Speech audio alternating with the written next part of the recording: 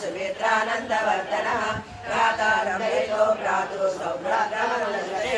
रामस्य दयिता मार्या नित्यं प्राणसमाहिता जनकस्य कुले जाता देवमायेव निर्मिता सर्वलक्षणसम्पन्ना नारीणामुत्तमा वधूः सीता प्रेरता रामं शिशिरं रोहिणी यदा पौरैरनुगतो दूरं विभ्रातशरेण च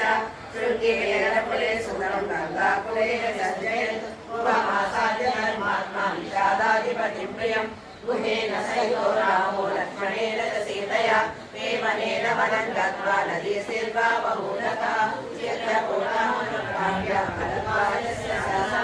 रम्यमाण